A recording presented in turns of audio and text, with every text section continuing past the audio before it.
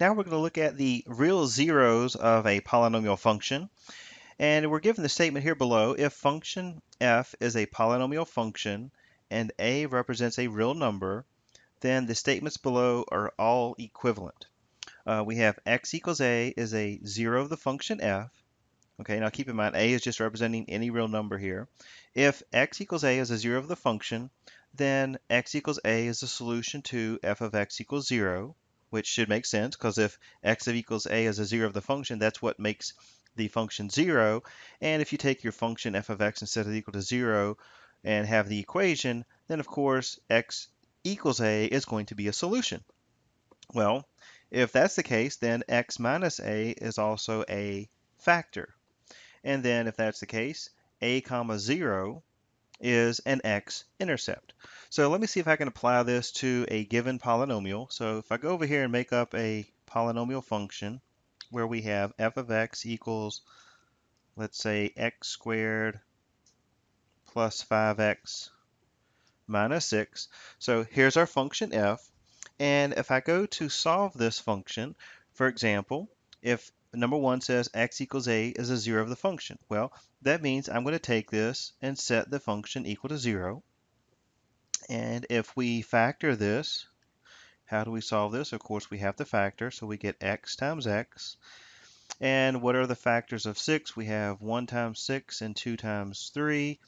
And it looks like we're going to use 6 and 1. And because we have a plus 5, we're going to have a positive 6 and a negative 1. So recall, how do we solve for x? We set each factor then equal to 0. So x plus 6 equals 0. X minus 1, set that equal to 0. And then we end up with x equals a negative 6 and x equals a positive 1. So let's relate that to these four statements.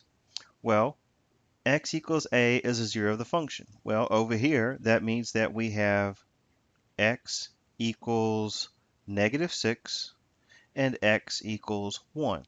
Negative 6 and 1 is what makes the function 0. Well, number 2 says x equals a is the solution to f of x equals 0. Well, how did we find the 0 of the function? Well, we set the function equal to 0. So therefore, again, that means x equals a, or in our case, x equals negative 6, and x equals 1 is the solution to where our function is equal to 0. Well, how did we get negative 6 and 1? Well, we factored the polynomial. So we factored x plus 6 and to x minus 1. We set each factor equal to 0 and we solved. Well, if negative 6 and 1 are zeros, then that means the factor x plus 6 and x minus 1 over here is a factor. So x minus a is a factor. So over here, that means we have x plus 6. Now, technically what this means, let's write it this way. If x equals negative a, x equals negative a is a 0, then x minus a is a factor. So that would mean x minus a negative 6 is a factor, which really means minus a negative. That would give you x plus 6. So there you have your factor. And if x equals 1, then that means x minus 1 is a factor. So there we have our two factors, x plus 6 and x minus 1. And that's because negative 6 and 1 are solutions, or negative 6 and 1 are zeros of the polynomial. Well, of course, what is a 0? Well, that's where the function is equal to 0. Well, keep in mind, what does f of x really represent? Well, f of x is our y value. So we're looking at where the function is 0, which means we're looking at where y is equal to 0. Well, if y is equal to 0, then we're finding the x-intercept. So therefore, if negative 6 is a 0, that means negative 6 is also an x-intercept, and positive 1 is an x-intercept. So if you see this, these are four equivalent statements. If you know one, you know the other. We're kind of saying the same thing, but in a slightly different way. So keep in mind, if x equals a, if x equals a number is a 0 of the function, then x equals that number is also a solution to f of x equals 0. And also x minus a is a factor of the function. And of course, then a is also considered the x-intercept. All right, a couple more statements we want to make about dealing with our function. If we have a function of a degree n, okay, so n is the largest exponent here for our function, then we say that the function f has at most n real zeros, okay? And I'm going to go through listing several statements and we'll come back and go through each one of them. Also, function f has at most n minus 1 relative extrema. Now keep in mind when we say the relative extrema, that means we're looking at your relative max or relative minimum points. Or we could think of this as n minus 1. We can think of this as your turning points. Okay, sometimes you'll hear that phrase used. That's how many times the graph will change direction. Okay. All right, a factor of x minus a, so there's our factor, and we have an exponent of k. As long as k is greater than 1, then that's going to yield what we call a repeated 0. Okay, it's going to yield a repeated 0, and x equals a of a multiplicity k.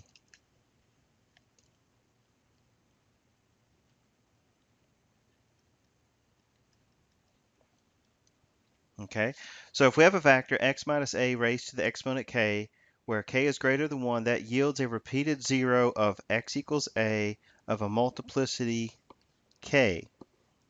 Now, if k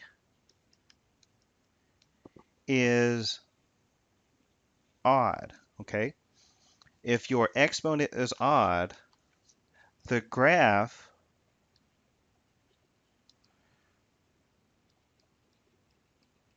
crosses the x-axis at x equals a. If k is even, the graph only touches the x-axis at x equals a. All right, now I'm going to go through an example and kind of explain each one of these. So what we're saying is n is representing your exponent. So if you have something raised to, let's say, something as basic as f of x equals x squared. Well, we know that's a parabola that's going to open up. Well, that means we have at most n real zeros. That means that this function can only cross the x-axis at most twice. Okay, and we know before that it can only cross the x-axis at most twice. Now, it could only cross once, or it could be 0, but we know the most is 2 times because it's only possible to cross the x-axis in 2 places. Now, if you take the exponent here and take away 1, your function has at most n minus 1, or in this case, 2 minus 1 relative extrema. Well, we know that if you have a parabola, it only has one vertex, which could be a relative max, or in this case, I'm showing that it's a relative min. So your graph is only going to change direction one time. So it only has this one turning point right here where it's going to change directions from going down to going back up. And that's going to occur at a relative max or a relative minimum point. All right, so then we talk about a factor that has x minus a raised to an exponent, and that's what's called a repeated 0. Well, if you think about this example here, this has a repeated 0 possibly, and if it does, it's going to either touch or cross the x-axis, okay? And we're going to look at an example of this next. So if I give you the following function, f of x equals x cubed minus x squared minus x plus 1. Now, this function has at most, now the keyword is at most, blank real zeros. And notice I'm saying real zeros because that's going to make a difference later on. And the answer is we're simply going to look at n. What is the largest exponent? Well, that is x to the third. So we're going to have at most 3 real zeros. Now what that means is this function, if you graph it, it's going to cross the x-axis at most 3 times. Now we also know that this function has at most how many relative extrema, or in other words, how many turning points. How many times can this graph change directions? Well, that's going to be n minus 1. So in this case, 3 minus 1, the answer is 2. So now I actually want us to find our zeros. Now we know we're going to have at most 3 zeros. Okay, we could have fewer, but the most we're going to have is 3. So how do we find the zeros? Well, we're going to take the function x cubed minus x squared minus x plus 1, and we're simply going to set it equal to 0 and solve for x. Well, now that we have 4 terms, probably the easiest way to solve is to factor. And because we have the 4 terms, we're going to use what's called grouping. And that means we're going to group the first 2 terms together and the second 2 terms. And now we're going to look at the first group and say, what can we factor out of the first group? Well, we have an x cubed and an x squared. So we can certainly factor out an x squared, and we'd be left with x minus 1. And on the other one, we can factor out just a negative 1, and we'd be left with a positive x. And if we take out a negative 1, then here you're left with a negative 1. And if you notice now, we basically have 2 terms. We have this term, and we have this term here. Well, what do these 2 different terms have in common? Well, if we notice, they both contain an x minus 1, and we can factor out the x minus 1. If we factor out the x minus 1, the only thing that's left here is the x squared. And over here, if you take out the x minus 1, all we're left with is the negative 1. And at this point, we could just bring down the x minus 1, but x squared minus 1, we could actually factor that again to x minus 1 and x plus 1, because x squared minus 1 is a difference of squares. Okay. And now we would set each factor equal to 0. So we have x minus 1 equal to 0. And notice here we have x minus 1 again. And then we take x plus 1 and set that equal to 0. So we get x equals 1, x equals 1, and x equals negative 1. Now, if you notice, we have x minus 1, x minus 1. That is what we call a repeated 0 because we get x equals 1, x equals 1. So notice down here, we end up with this x equals 1 2 times. And that's because we could write this x minus 1 raised to the power of 2. And notice that this exponent here, this is our k that I talked about above. K is equal to 2, so that means here we have a multiplicity of 2. So k equals 2 is our multiplicity, and it is an even multiplicity. So now, let's look here and see what we can conclude or what we can kind of determine about the graph. Now, I'm going to go all the way back to our other video we looked at. We did a leading coefficient test. Well, we have x cubed, an odd exponent, and the leading coefficient is positive, so we know the graph is going to point up to the right and down to the left. All right, then we found our zeros, x equals 1 and negative 1. So we know that it's going to cross the x-axis at 1 and negative 1. So there's our zeros, 1 and negative 1. And notice we know the graph here, it comes up from the bottom. It's going to go up here and it's going to cross through negative 1. Okay, so here we have our negative 1. So the graph's going to come up and it's going to cross through negative 1. And we know at some point the graph has to come back down. And the question is, what happens at 1? Well, if it comes back down and it crosses through 1 like this, there's no way for the graph to come back up because we don't have another 0. So what that tells us is the graph must come down and only touch at 1 and then go back up. And that's exactly what happens, and that is happening because of this even multiplicity where we have this repeated 0 of x equals 1. That means it only touches the x-axis. So if I go up here, where this k is even, it's only going to touch the x-axis at x equals a.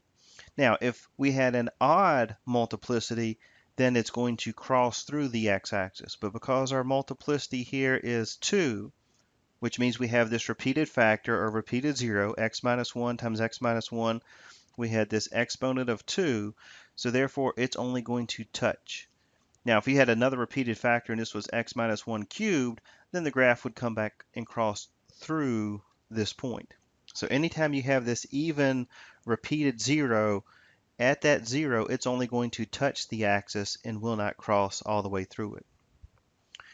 So there we have an idea of what the graph's going to look like. Well, we know that if you put this in the calculator, you should see the graph then fill in, and you'll see the rest of the graph where it's going to go, and this would be connected, and somewhere it's going to go up and come down here, and we know the graph has to eventually go right back up. All right, let's look at another, well, if we continue here, we said before that what, x equals 1, x equals 1, x equals negative 1, those are the zeros. So if we have x equal 1, and I'll write it twice even, x equals 1 and x equals negative 1, here we have our zeros. Well, remember we said before, if that's our zeros, then what do we know about our factors?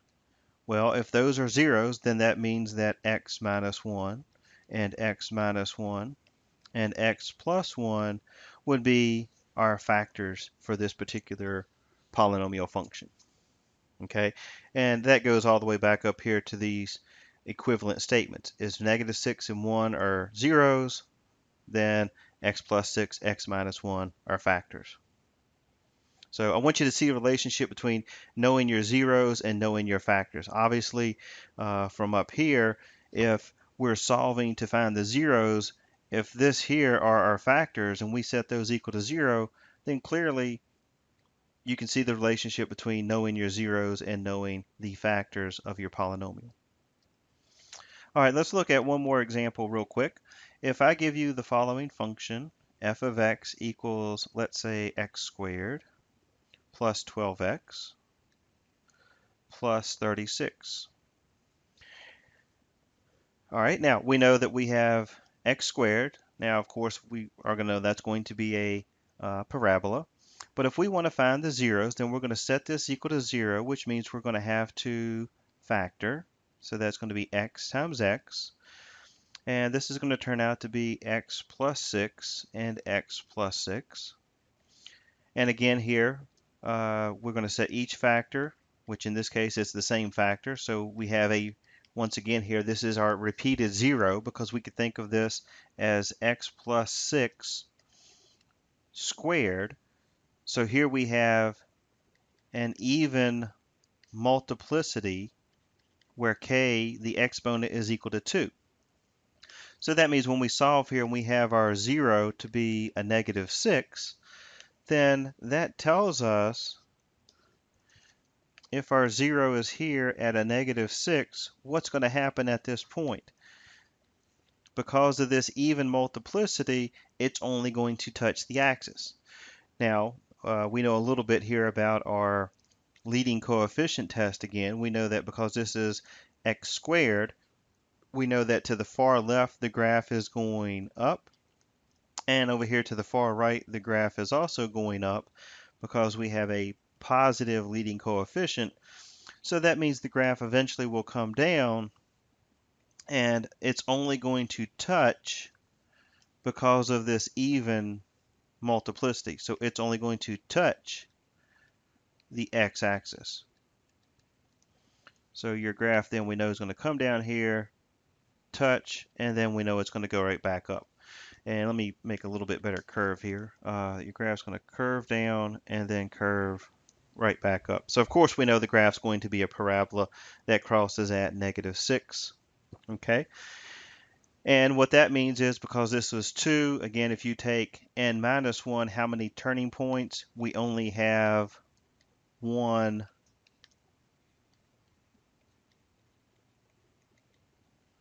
turning point. And that's because we take the exponent up here, which is a 2.